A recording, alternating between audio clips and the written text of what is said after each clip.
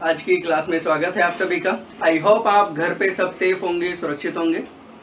तो आज की जो हमारी वीडियो है, जो हम पढ़ने जा रहे हैं क्लास, कल की क्लास में हम लोगों ने कुछ विस्थापन समय ग्राफ के बारे में पढ़ा था और आज हम उसी पे बेस्ड एक न्यूमेरिकल घर से करने के लिए आपको होमवर्क दिया था। तो उसी न्यूमेरिकल को पहले सॉल्व कर लेते हैं। न्यूमेरिकल क्या था आप देख लेते हैं एक बार गृह कार्य में।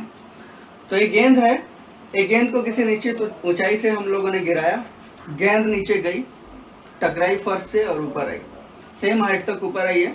हमें इसी का विस्थापन समय ग्राफ बनाना है, ठीक है।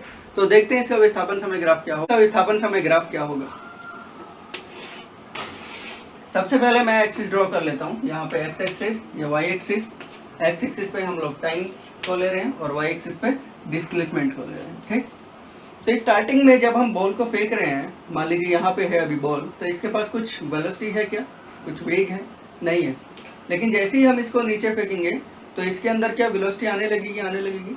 और जैसे कि मैंने बताया था, जब ये नीचे की तरफ जाएगी बॉल तो इसका वेग बढ़ते जाएगा, है ना। जब ऊपर है, जब हम छोड़ेंगे तो वेग कम होगा, जैसे ही थोड़ा सा नीचे आएगी वेग और ज़्यादा, नीचे जाने पे इसका वेग बढ़ता जाएगा, ठीक है। नीचे जाने पे इसका वेग बढ़ेगा, लेकिन एक टाइम ऐसा आएगा जब ये धरती से टकराएगी इसका वेग सबसे ज़्यादा होगा, ठीक। और उसके बाद क्या होगा, उसके बाद वो फिर से ऊपर उठना शुरू हो जाएगी बॉल। तो क्या होगा इस केस में, देखते हैं।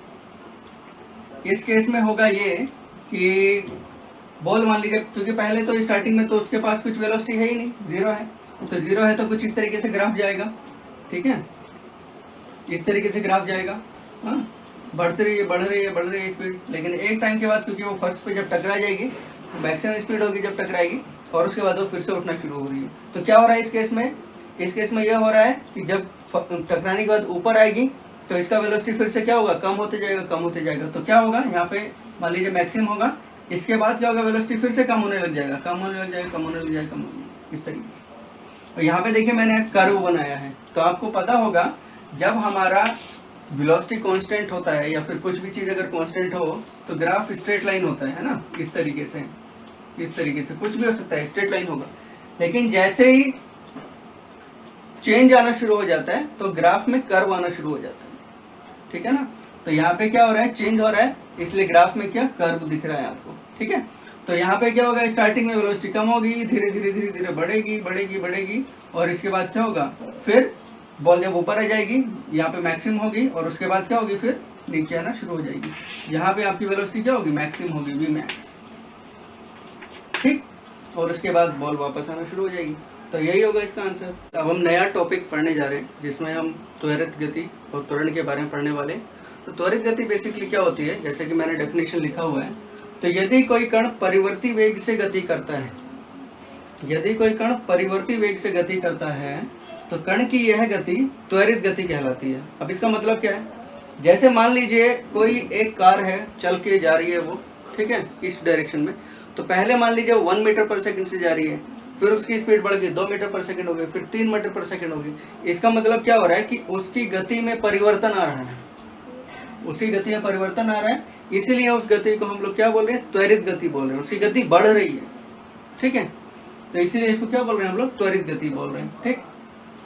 अब जैसे मान लीजिए कि त्वरित गति के लिए चाल का परिवर्ती होना जरूरी नहीं है।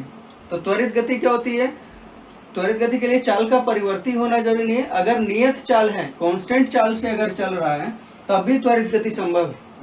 त्वरित गति का मतलब क्या है, एक बार फिर से ये पॉइंट का मतलब क्या है, इसको समझने की कोशिश करते हैं। जैसे मान लीजिए कोई एक मोशन हो रहा है, सर्कुलर मोशन, यहाँ पे मान लीजिए ये सर्कुलर मोशन हो रहा है इस तरीके से, ठीक। अभी मान लीजिए कण यहाँ पे है, ठीक, और ये जा रहा है आपका 4 मीटर पर सेकंड की चाल से, नियत चाल से चल रहा है इस सर्कुलर पाथ में, ठीक है। तो इसके लिए क्या होगा, ये बोल रहा है कि चाल का परिवर्ती होने जरूरी नहीं है, नियत चाल होने पर भी त्वरित गति संभव है, ठीक है। कैसे संभव है, देखिए यहाँ पे क्या हो रहा है, 4 मीटर पर सेकंड है, लेकिन इसकी जो डायरेक्शन है वो अलग है। 4 मीटर पर सेकंड है, ये क्या जा रहा है, पॉजिटिव वाई डायरेक्शन में जा रहा है, ठीक। और अगर आप इस पॉइंट पे देखो तो ये यहाँ पे नीचे जाएगा 4 मीटर पर सेकंड, ठीक। ये साउथ डायरेक्शन में जा रहा है, या इसको माइनस वाई डायरेक्शन भी बोल सकते हैं, ठीक। तो यहाँ पे क्या हो रहा है, परिमाण तो सेम है लेकिन क्या दिशा अलग है। तो यहाँ पे क्या हो रहा है, इसकी गति में, इसकी चाल में परिवर्तन हो रहा है। ठीक है, तो परिवर्तन जो है जरूरी नहीं कि मैग्नीट्यूड में हो, डायरेक्शन में भी परिवर्तन हो सकता है। ठीक है, तो यही इस पॉइंट का मतलब था। आई होप आपको समझ में आया होगा, ये आप नोट कर लीजिए। आने वाले हैं त्वरण के बारे में। तो त्वरण क्या होता है, बेसिकली एकांक समय में कण के वेग में परिवर्तन त्वरण कहलाता है। अब इसका क्या मतलब है, इसका ये है, इसको हम ऐसे भी बोल सकते हैं कि वेग परिवर्तन की दर को त्वरण कहते हैं। तो वेग में जो चेंज आता है, या मान लीजिए कोई गाड़ी चल के जा रही है अपनी नियत चाल से, उसको किसी ने आके धक्का दे दिया है ना, तो उसका क्या हो जाएगा, वेग बढ़ जाएगा, है ना। तो वेग में जो परिवर्तन आता है उसकी दर को ही हम लोग क्या बोलते हैं, त्वरण बोलते हैं। देखिए कैसे हो सकता है, एग्जाम्पल से समझ लेते हैं। मान लीजिए कोई ये गाड़ी है, ठीक है, ये अपने नियत चाल से चल के जा रही थी 4 मीटर पर सेकेंड से। अब पीछे से कोई आदमी आया, इसने इसको धक्का देना शुरू कर दिया, इस पर कुछ बल लगाया, धक्का दिया, तो ये आगे बढ़ना शुरू हो जाएगी और इसकी स्पीड क्या होगी, बढ़ जाएगी। मान लीजिए स्पीड आपकी 6 मीटर पर सेकंड होगी यहाँ पे पहुँचते हुए। ठीक, तो इसकी स्पीड क्या होगी, बढ़ गई, तो इसका क्या हो गया, त्वरण बढ़ गया, है ना, एक्सेलरेट होगी गाड़ी, इसका वेग बढ़ गया। ठीक है, वेग में परिवर्तन हो गया। तो इसको हम लोग क्या बोलते हैं, त्वरण बोलते हैं। एक और चीज इसमें होती है मंदन। मंदन बेसिकली क्या होता है, रिटार्डेशन उसको इंग्लिश में बोलते हैं, और त्वरण को बोलते हैं एक्सेलरेशन। ठीक, मंदन कब होता है, जब स्पीड बढ़ने की बजाय घटना शुरू हो जाए, कम हो जाए। ठीक है ना, तो वेग में परिवर्तन दो तरीके से हो सकता है, या तो वेग बढ़े या वेग घटे। तो जब वेग बढ़ता है तो उसको हम लोग बोलते हैं त्वरण, एक्सेलरेशन, और जब वेग घटता है निगेटिव एक्सेलरेशन उसको बोलते हैं, या फिर उसको रिटार्डेशन बोलते हैं, या उसको मंदन बोला जा सकता है। तो जैसे मान लीजिए अभी गाड़ी इस डायरेक्शन में जा रही थी, है ना, और ये फोर्स भी इस डायरेक्शन में लगाया इसने। ठीक, गाड़ी की डायरेक्शन में फोर्स लगाया, तो क्या हो गया, इसकी स्पीड बढ़ गई। अभी मान लीजिए गाड़ी तो इसी डायरेक्शन में जा रही थी, लेकिन ये आदमी सामने से आया इस बार, ठीक है, और इसने क्या, इस पे फोर्स लगा दिया इस डायरेक्शन में। ठीक है, और गाड़ी जा रही थी इस डायरेक्शन में। ठीक, तो क्या होगा कि गाड़ी की स्पीड कम हो जाएगी। जैसे मान लीजिए अभी 4 मीटर पर सेकेंड थी, मान लीजिए अभी इसकी स्पीड जो है घट के 2 मीटर पर सेकेंड, या 1 मीटर पर सेकेंड, या 3 मीटर पर सेकेंड ऐसे होगी। तो जब स्पीड कम होगी तब क्या होगा, रिटार्डेशन होगा, मंदन होगा। ठीक है, आई होप ये आपको समझ में आया होगा त्वरण। और इसमें एक और चीज़ है त्वरण के बारे में, कि इसका जो मात्रक होता है, त्वरण का मात्रक, त्वरण का मात्रक होता है मीटर पर सेकेंड स्क्वायर। ठीक है, ये आप नोट कर लीजिए। हम पढ़ते हैं औसत त्वरण के बारे में। औसत त्वरण क्या होता है, बेसिकली किसी भी समयांतराल में कण के वेग में परिवर्तन तथा समय के अनुपात को औसत त्वरण कहते हैं। इसका कहने का मतलब क्या है, आप समझिए। जैसे मान लीजिए यहाँ पे मैं ग्राफ के थ्रू समझाने की कोशिश करता हूँ। यहाँ पे मान लीजिए कुछ समय अंतराल दिया हुआ है, T1, T2, T3, T4, ठीक है, और यहाँ पे आपका डिस्प्लेसमेंट दिया हुआ है।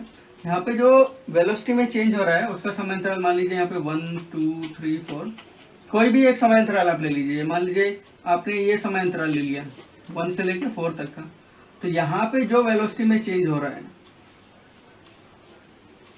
ठीक, यहाँ पे जो भी इसके वेलोसिटी में चेंज हो रहा है, इसका जो अनुपात होगा वेलोसिटी में चेंज और डिवाइडेड बाय औसत टाइम, अगर आप दोनों को डिवाइड कर देंगे तो आपको औसत त्वरण मिल जाएगा। जैसे औसत त्वरण यहाँ पे लिखा है delta we by delta T. Delta we आप सब जानते हैं, v2 माइनस v1, सॉरी यहाँ पे v2 माइनस v1 होगा, वेलोसिटी में चेंज डिवाइडेड बाय टाइम। ठीक है, तो यहाँ पे देख लीजिए, अगर आपको v2 माइनस v1 इसका एवरेज एक्सेलरेशन का, औसत त्वरण का अगर मैग्नीट्यूड पूछा जाए तो उसके लिए आपको क्या करना होगा, इसका मैग्नीट्यूड निकालने के लिए पहले बताया गया था। तो इसके लिए आपको क्या करना है, v1 square plus v2 square minus 2v1 v2 cos theta divided by delta T. इससे औसत त्वरण का मान निकल जाएगा। ठीक है, और अगर दिशा पूछे कि औसत त्वरण की दिशा क्या होती है, तो औसत त्वरण की दिशा वेग में परिवर्तन की दिशा के बराबर होती है। इसको हम न्यूमेरिकल से समझेंगे आगे। ठीक है, आप नोट कर सकते हैं, औसत त्वरण की दिशा वेग में परिवर्तन की दिशा के बराबर होती है, या उसके अनुदिश होती है, ऐसा बोल सकते हैं। ठीक है, ये आप नोट कर लीजिए। चलिए एक उदाहरण से हम एक्सेलरेशन को समझते हैं। त्वरण को समझने के लिए एक उदाहरण है यहाँ पे। उदाहरण ये है कि एक गाड़ी है जो 4 मीटर पर सेकंड की स्पीड से ईस्ट डायरेक्शन में जा रही है और 4 सेकंड बाद इसके डायरेक्शन में परिवर्तन हो रहा है, नॉर्थ डायरेक्शन में जाना शुरू कर दिया गाड़ी ने 8 मीटर पर सेकंड की स्पीड से। ठीक है, तो इसकी डायरेक्शन चेंज हो गई है और इसकी स्पीड भी चेंज हो गई है। तो हमसे पूछा है कि एक्सेलरेशन कितना होगा। तो पहले गाड़ी साइन कन्वेंशन बना लेते हैं। ये मान लीजिए ईस्ट है, ये मान लीजिए नॉर्थ है, ये वेस्ट है और ये साउथ है। ठीक, इसको एक्स एक्सिस वाई एक्सिस बोल सकते हैं।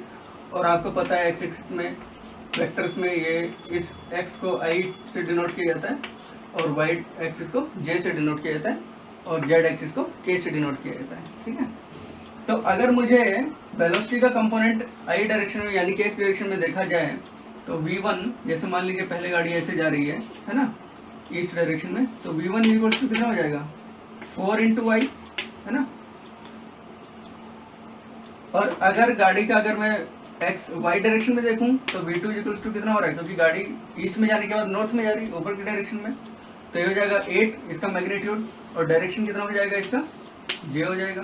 ठीक, तो एक्सेलरेशन क्या होगा इस केस में, एक्सेलरेशन ए इक्वल्स हो जाएगा v2 minus v1 divided by time, जितना भी टाइम लग रहा है इसके वेलोसिटी के परिवर्तन के में होने में। तो v2 कितना हो जाएगा 8j और माइनस v1 कितना हो जाएगा 4i और डिवाइडेड बाई 4। अब आप क्या कीजिएगा, इसको सिंपल करने के लिए 4 को कॉमन ले लेते हैं, तो अंदर बचेगा 2j माइनस का i और डिवाइडेड बाई 4। 4 से 4 कैंसिल हो जाएगा, तो एक्सेलरेशन हमारा कितना आ जाएगा माइनस का i प्लस 2j। तो यही होगा हमारा एक्सेलरेशन।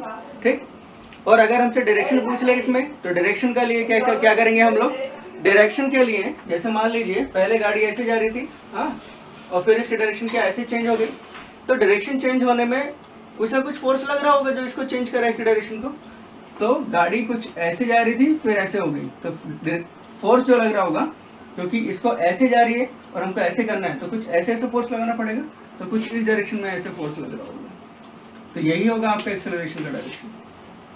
ठीक है, ये आप नोट कर लीजिए। सिंपल्स ऐसे क्वेश्चंस पूछे जाते हैं एग्जाम्स में। तो मान लीजिए आपको x इक्वल्स टू दिया हुआ है 3t²। ठीक है, तो ये आपको फंक्शन ऑफ x दिया हुआ है 3t², ये डिस्प्लेसमेंट का फंक्शन आपको दिया हुआ है, और आपसे पूछे कि अभी आप एक्सेलरेशन बताइए कितना होगा। ठीक, तो हमें पता है एक्सेलरेशन बेसिकली क्या होता है, जैसे कि हम स्टार्टिंग से पढ़ते हुए आ रहे हैं, तो v इक्वल्स टू क्या होता है dx/dt।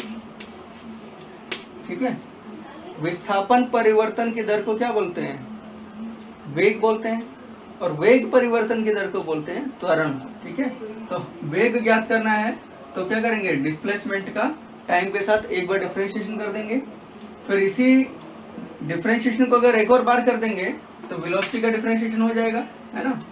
तो वेलोसिटी का जब आप डिफरेंशिएशन कीजिएगा dv/dt, तो यही तो आपका एक्सेलरेशन होता है।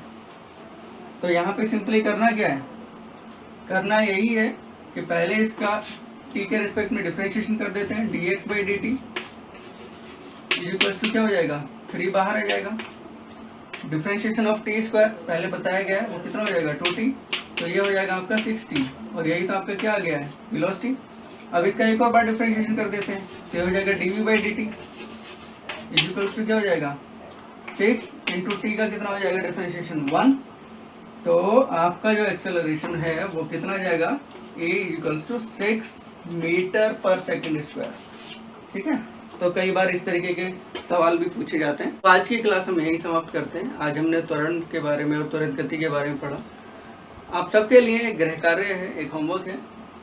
होमवर्क ये है कि एक कण 11 मीटर पर सेकंड की नियत चाल से 7 मीटर त्रिज्या के वृत्तीय पथ पर गति करता है, तो आधे चक्कर के बाद इसका औसत त्वरण कितना होगा ये आपको फाइंड आउट करना है। ठीक है, तो ये आप फाइंड आउट कीजिए और इसका जो भी आंसर है वो आप कमेंट बॉक्स में दे सकते हैं।